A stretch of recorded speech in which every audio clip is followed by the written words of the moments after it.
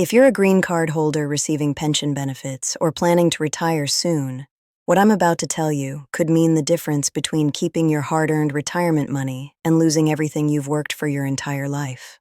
The United States government has implemented a little-known income threshold of $184,500 that is quietly destroying the retirement plans of thousands of legal permanent residents across America. Even more shocking, some green card holders are being arrested at airports, detained by immigration officials, and facing deportation proceedings, all because they didn't understand how their pension income affects their immigration status. I'm going to walk you through exactly what's happening, why this specific dollar amount matters so much, and most importantly, what you need to do right now to protect yourself. Stay with me through this entire video because the information I'm sharing could save you from financial ruin and potential removal from the United States. Let's start with the basics. The $184,500 figure isn't arbitrary. This amount represents a critical threshold in federal tax and immigration policy that affects green card holders in ways most people never anticipated. When Congress passed the Tax Cuts and Jobs Act, they created a series of income brackets and thresholds that interact with immigration law in unexpected and devastating ways. For green card holders, exceeding this income level triggers a cascade of reporting requirements, tax implications, and immigration consequences that can result in losing pension benefits, facing massive tax penalties, and even being placed in removal proceedings. Here's what's actually happening on the ground. Legal permanent residents who have worked in the United States for decades, paid into Social Security, contributed to private pension plans, and built up retirement accounts are now discovering that their total annual income from all sources pushes them over this threshold. Once you cross that line, you enter a different category in the eyes of both the Internal Revenue Service and United States Citizenship and Immigration Services. The government begins scrutinizing your finances with extraordinary intensity, looking for any discrepancies, unreported income, or violations of tax law that could serve as grounds for immigration consequences. The pension trap works like this. Let's say you're a green card holder who worked for 30 years in the United States. You have Social Security benefits of approximately $3,000 per month. You also have a private pension from your employer paying you $4,000 per month. Additionally, you have retirement account distributions of another $3,000 monthly. That's $10,000 per month, or $120,000 annually. You're nowhere near the $184,500 threshold, right? Wrong. Here's what most people miss. The threshold calculation includes not just your direct pension and Social Security payments. It includes required minimum distributions from retirement accounts, investment income, rental property income, part-time work earnings, foreign pension income, and even certain types of gifts and transfers from abroad. When immigration officials and tax authorities examine your total worldwide income, they're adding up every single dollar from every possible source. That comfortable $120,000 you thought you were receiving can easily balloon to $190,000 or $200,000 once all income sources are properly calculated according to federal guidelines. Now here's where it gets truly dangerous. Many green card holders don't realize that maintaining permanent resident status requires you to maintain your primary residence in the United States and avoid anything that suggests you've abandoned that residence. If you're receiving a high level of pension income and you're spending significant time outside the United States, immigration officials may determine that you're not actually residing in America. They may conclude that you obtained your green card for the purpose of working and collecting benefits, but that you never intended to make the United States your permanent home. This is called immigration fraud, and it's grounds for immediate deportation. We're seeing cases right now where green card holders are arriving at airports after extended trips abroad. Customs and Border Protection officers pull them into secondary inspection. The officers have access to tax records showing high pension income. They see passport stamps indicating frequent or prolonged international travel. They ask questions about where the person actually lives, where they pay taxes, where their family resides, and where they maintain their primary ties. If your answers don't satisfy the officer, if there's any inconsistency in your story, if your tax records show you claimed foreign tax credits or foreign residence, you can be detained on the spot. Let me be absolutely clear about what detention means in this context. You're not just delayed for a few hours of questioning. You're taken into custody by immigration authorities. You're transported to a detention facility. Your passport and travel documents are confiscated. You're placed into removal proceedings, which is the formal legal process for deporting someone from the United States. You may spend days, weeks, or even months in immigration detention while your case works through the system. And here's the terrifying part. Even if you ultimately win your case and prove you haven't abandoned your green card, the financial and emotional cost can be devastating. The pension aspect makes this situation even worse. If immigration authorities determine you've abandoned your permanent resident status, you immediately lose eligibility for Social Security benefits, Medicare coverage, and many private pension benefits that require you to be a legal United States resident. Decades of contributions into these systems can vanish overnight. You may be forced to repay benefits already received. The Internal Revenue Service may assess penalties and back taxes based on improper claims of resident status. The total financial impact can easily exceed hundreds of thousands of dollars. So why is this happening now? Why are we seeing this surge in enforcement in 2026? There are several converging factors. First, the federal government has dramatically increased information sharing between agencies. The IRS, Social Security Administration, Customs and Border Protection, and USCIS now have integrated databases that flag discrepancies automatically.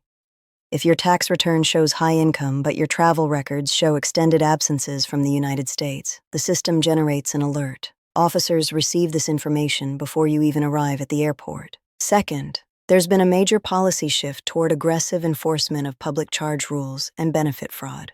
The government is specifically targeting individuals they believe obtained green cards through misrepresentation or who are using permanent resident status to collect benefits without maintaining genuine residence in America. High pension income combined with frequent international travel fits exactly the profile they're looking for. Third, the $184,500 threshold appears in multiple areas of federal law simultaneously. It's relevant for estate tax purposes, for certain Medicare premium calculations, for foreign account reporting requirements, and for immigration-related financial disclosures. When you cross this threshold in any one area, you trigger scrutiny in all areas. It's like lighting up on every government radar system at once. Let me walk you through a real scenario that's playing out right now. A green card holder in his late 60s worked in the United States for 25 years before retiring. He received Social Security benefits, a corporate pension, and required minimum distributions from his 401k retirement account. His total annual income is approximately $195,000. He owns a home in the United States, but also maintains property in his country of origin. He spends about 4 to 5 months each year visiting family abroad. This individual arrives at a United States airport after a 3-month trip overseas. A CBP officer reviews his travel history and sees he's been spending roughly 1/3 of each year outside the country for the past 5 years. The officer pulls his tax records and sees the high pension income. The officer asks where he actually lives. The man explains he has homes in both countries. The officer asks about his children, his doctors, his bank accounts, his driver's license, his voter registration. With each answer, the picture becomes clearer to the officer. This person is not genuinely residing in the United States. He's a resident of his home country who happens to hold a green card and collect United States benefits. The officer makes a determination. This individual has abandoned his permanent resident status. He's placed into expedited removal proceedings. His green card is confiscated. He's given the option to voluntarily abandon his claim to permanent residence or to fight the case in immigration court while detained. If he abandons the green card, he immediately loses all pension and Social Security benefits. If he fights, he faces detention while the case proceeds, with no guarantee of winning. Either way, his retirement plans are destroyed. This is not a hypothetical scenario. This is happening to real people right now. Immigration attorneys across the country are being contacted by panicked green card holders who've been detained or who've received notices of intent to revoke permanent residence. The common thread in almost all these cases is high pension income combined with significant time spent outside the United States. Now let's talk about what you need to do to protect yourself. First and most important, you must understand that maintaining a green card is not a passive status. It's an active, ongoing obligation to maintain residence in the United States. Residence doesn't mean you can never leave the country. It means the United States must genuinely be your home. Your primary ties, your primary activities, your primary life must be in America. If you're receiving pension income over $184,500 annually, you are in a high-risk category for scrutiny. This doesn't mean you're doing anything wrong, but it does mean you need to be extraordinarily careful about maintaining clear evidence of United States residence. That means keeping your primary home in America. It means spending the substantial majority of your time physically present in the United States. It means maintaining your bank accounts, driver's license, voter registration, and all primary documentation in the United States. It means filing taxes as a United States resident without claiming foreign residence or foreign tax credits that suggest you live elsewhere. If you need to spend extended time abroad for family reasons, health reasons, or any other purpose, you should apply for a re-entry permit before leaving. A re-entry permit is an official document issued by USCIS that allows you to remain outside the United States for up to 2 years without being presumed to have abandoned your green card. This is crucial protection. If you show up at the airport with a valid re-entry permit, it's much harder for a CBP officer to claim you've abandoned residence. You also need to maintain meticulous records of your ties to the United States. Keep copies of utility bills, property tax statements, lease agreements, medical records from United States doctors, membership in United States organizations, anything that demonstrates ongoing connection to life in America. If you're ever questioned, you want to be able to immediately produce documentation showing that despite any travel, the United States remains your home. Be extremely careful about how you describe your situation to immigration officers. If you're asked where you live, the correct answer is your United States address. Don't say you live in both countries. Don't say you're spending time abroad. Don't volunteer information about foreign property ownership unless directly asked. Answer questions truthfully but precisely. Immigration officers are trained to look for statements that suggest abandonment of residence. Every word matters. If you're currently spending more than 6 months per year outside the United States, you need to change that immediately. The 6-month mark is a critical threshold. Absences of less than 6 months are generally not presumed to break residence. Absences of more than 6 months create a rebuttable presumption that you've abandoned your green card. Absences of more than 1 year almost certainly result in loss of status unless you had a re-entry permit. For those receiving high pension income, you should strongly consider applying for United States citizenship as soon as you're eligible. Citizens cannot have their status revoked for abandonment of residence. Citizens cannot be deported for spending time abroad. Once you naturalize, these concerns disappear. If you've had your green card for at least 5 years, or 3 years if married to a United States citizen, you should consult with an immigration attorney about filing for naturalization immediately. You also need to ensure your tax filing is absolutely correct. Hire a qualified tax professional who understands both international tax law and immigration implications. Make sure you're filing as a United States resident. Make sure you're reporting all worldwide income properly. Make sure you're not claiming foreign tax credits or filing foreign residence forms that contradict your claim to be a United States resident for immigration purposes. Tax records are one of the first things immigration officers examine when questioning residents. If you receive notice that your permanent residence is being questioned, do not try to handle this yourself. Do not make statements to immigration officers without legal representation. Do not sign anything without consulting an attorney. The stakes are too high. One wrong statement, one poorly worded answer can result in immediate loss of your green card and all associated benefits.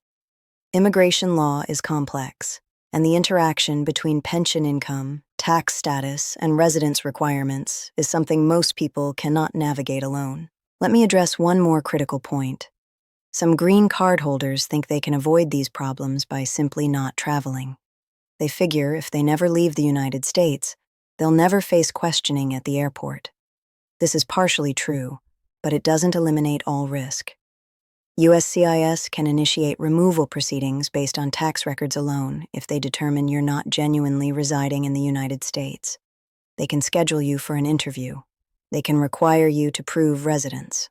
The safest approach is not to avoid travel, but to maintain genuine residence.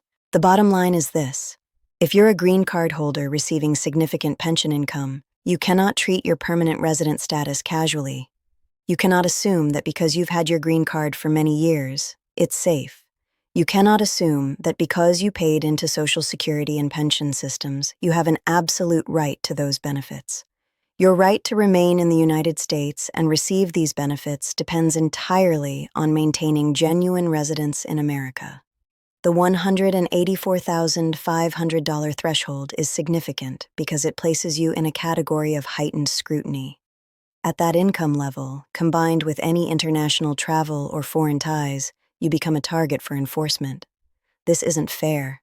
It isn't right that people who worked legally, paid taxes, and built retirement savings are being treated this way. But fairness doesn't matter when you're sitting in immigration detention watching your retirement collapse. Protect yourself now before there's a problem. Review your situation honestly. Calculate your total income from all sources. Examine your travel patterns. Assess your ties to the United States versus ties abroad. If there's any question about whether you're maintaining genuine residence, take action immediately to strengthen your position. Get legal advice. Apply for citizenship if eligible. Obtain a re-entry permit if you need to travel. Document your United States ties thoroughly. The government is not going to warn you before taking action. You won't receive a letter saying you're being investigated. The first indication of a problem may be when you're detained at the airport or receive a notice to appear in immigration court. By then, your options are limited and the damage may already be done. Don't let that happen to you. Take this seriously. Take action now. Your retirement, your benefits, and your ability to remain in the United States depend on it.